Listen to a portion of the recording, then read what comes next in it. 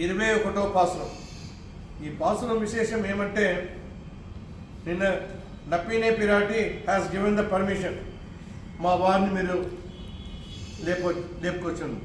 So మళ్ళా ఆండాల తల్లి కృష్ణ పరమాత్మ మహిమని అన్నీ చెప్తుంది. అంటే ఆ గోకులం ఊర్లో పాలు ఎట్లా ఇస్తుందంటే ఇస్తూనే ఉంటుందండి. దానికి ఆ బింది ఉంది చూడండి, దాని కూడా సరిపోదు, పాలు అట్లానే వెళ్తూనే ఉంటుంది. అది ఒక విశేషం. రెండోది, కృష్ణ పరమాత్మ ఒక ప్యాంపర్డ్ బాయ్, అంటే ఒక క్రమశిక్షణగా లేకుండానే పెరిగాడు చిన్నప్పటి నుంచి. వేరే అక్కడ రాముడు అట్లా కాదు, క్రమశిక్షణగా పెరిగాడు. అంటే ఆండాల తల్లి చెప్తుంది, మా కుక్క ఎప్పుడు మా దర్శనం ఇస్తావు, ఎందుకంటే it is a palace full of security, ఎవరంత లోపల రాని.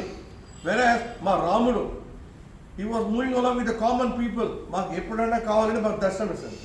ఓహో, మాకు ఇంకా వైకుంఠం ద్వారానికి మాకు ఇంకా అర్హత లేదో ఏమో అని ఆండాల తల్లి చెప్తుంది. అంటే వైకుంఠ ద్వారం ఎవరికి వస్తుందంటే ఓన్లీ డిజర్వ్డ్ పీపుల్కే వైకుంఠ ద్వారం దొరుకుతుందండి. Undeserved people will not get the Vaikuntha ద్వారం. ఇంకో పాయింట్ అండి, చాలా కృష్ణ పరమాత్మని ఎవరిని డివోటీస్ని డిసప్పాయింట్ చేయరు. ఒక 2-3 ఉదాహరణ చెప్తాను. మనం మహాభారతం వార్ స్టార్ట్ అయ్యే ముందు, అంటే ఒక వార్ స్టార్ట్ అవ్వాలంటే you should have necessary food Git అంటారు కదా ఫర్ ప్రిపరేషన్. అప్పుడు కర్ణుడు అడుగుతాడు, ఎన్ని రోజులు అవుతుందమ్మా ఈ మహాభారతం వార్ అని. అప్పుడు కర్ణుడు చెప్తాడు 2 రోజులు సరిపోతుంది. మళ్ళీ అర్జునుడు అడుగుతాడు, అర్జున్ చెప్తాడు 5 సెకండ్ చాలు. ఎందుకంటే అర్జునుడు పక్కన కృష్ణ పరమాత్మ ఉన్నాడు. అందుకోసమే అర్జునుడు కృష్ణ పరమాత్మని బాగా నమ్మకం. ఇంకోటండి ఉదాహరణ, కౌరవాస్ ఒక మంచి వరం పొందారు. దట్ ఆ అస్త్రం ఏమంటే శక్తి అస్త్రం. అంటే ఆ శక్తి అస్త్రం ఏమంటే ఎవరిని మనం టార్గెట్ చేయాలో అది 100% ఫుల్ఫిల్ అవుతుంది. సో వీళ్ళంతా ఏమి అర్జునుని మనం టార్గెట్ చేయాలి అని చెప్పేసి. సో కృష్ణ పరమాత్మకి తెలుసు. సో వాళ్ళు కౌరవాస్ వాళ్ళు అది బాణం విసిరిస్తారు.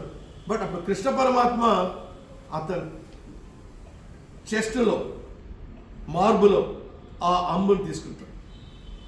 తర్వాత ఆ రోజు రాత్రి అండి, ఇది విశేషం, భీష్మ పిత కృష్ణ పరమాత్మ రాత్రి పూట కలుస్తాడు ఆ టెంట్లో. I'm using the word tent ఎందుకంటే గ్రంథంలో ఉందండి. అప్పుడు చెప్తాడు, కృష్ణ ఆ బాణం నువ్వు మహాలక్ష్మి కూడా నువ్వు ఒక పొటికాల్ పక్కన పెట్టేస్తావు. చాలా అద్భుతం. దీంతో ఏం అర్థమవుతుందంటే కృష్ణ పరమాత్మ వాళ్ళ డివోటీస్కి ఎప్పుడు వెనకాల ముందుగా ఉంటుంది. ఇంకొక విషయం అండి, నైమిషారణ్యంలో వ్యాసుడు మహాభారతం 2-3 సార్లు ఉపదేశం చేశారు. ఎందుకు చెప్తున్నానంటే అండి, నైమిషారణ్యం 108 దివ్య దేశంలో నైమిషారణ్యం చాలా గొప్ప స్థలం అండి. ఆ ఊరి పేరు they call it as Neemsar. వీలవుతే ప్లీజ్ ఒకసారి వెళ్ళండి నైమిషారణ్యం. ఎందుకంటే అది ఒకటే ఒక గుడి ప్రపంచంలో మనం ప్రదర్శన చేయలేమండి. That is we have to just దేవుడిని నమస్కారం చేసుకుని బయట రండి. ఇంకొక లాస్ట్ పాయింట్ అండి, ఇది నేను మళ్ళీ చెప్తలేను madam, it is there in the గ్రంథం. ప్రతి గుడిలో ఆ టైంలోనే అన్నీ మనకి తెలుస్తుంది, ఇట్స్ స్టోరీస్ అంతా తెలుస్తుంది. ఎట్లా మన ఉప్పల్ రామ గుడిలో ప్రకారం అంతా ఎట్లా రామావతారం ఎట్లా ఉందో, అప్పుడు ఆ జమానాలో ప్రాతకాలంలో అన్ని దేవుడు లీలలు, దేవుడు స్టోరీస్ అంతా ఉందండి. దీనికి చెప్పే విధానం కూడా ఒక బాగా మా శ్రీమద్ ఆండవన్ చాలా బాగా చెప్తారు. అంటే చెప్పడం కూడా దేవుడు కటాక్షం ఉండాలి. This is very important of this pasuram. దేవుణ్ణి నమ్మితే ఎప్పుడు వృధా అవ్వదండి, హీ విల్ కమ్. ఇంకొక లాస్ట్ పాయింట్ అండి, శరణాగతి. షీ స్టార్టెడ్ టెలింగ్ శరణాగతి. మీకు ఆ రోజు చెప్పాను నేను, Tiruppavai I divided into 4 parts. Roman number 1 1 to 5, Roman number 2 is 6 to 15. ఇప్పుడు 16 పాసురం నుంచి 27 or 28 పాసురం వరకు is Roman number 3.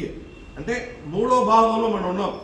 He tells about the slowly Andal Tali, she shifts to the Saranagati, surrendering to the God. That is very important. Surrender. Last time I ఏమని అండి, మనం ఇక్కడ ఉన్న money is a materialistic. This is all a temporary thing. అందుకోసమే don't have much attachment. ఎందుకంటే at the time of detachment, అంటే ఆ టైంలో మనం విడిపోయిన టైంలో చాలా బాధ అనిపిస్తుంది.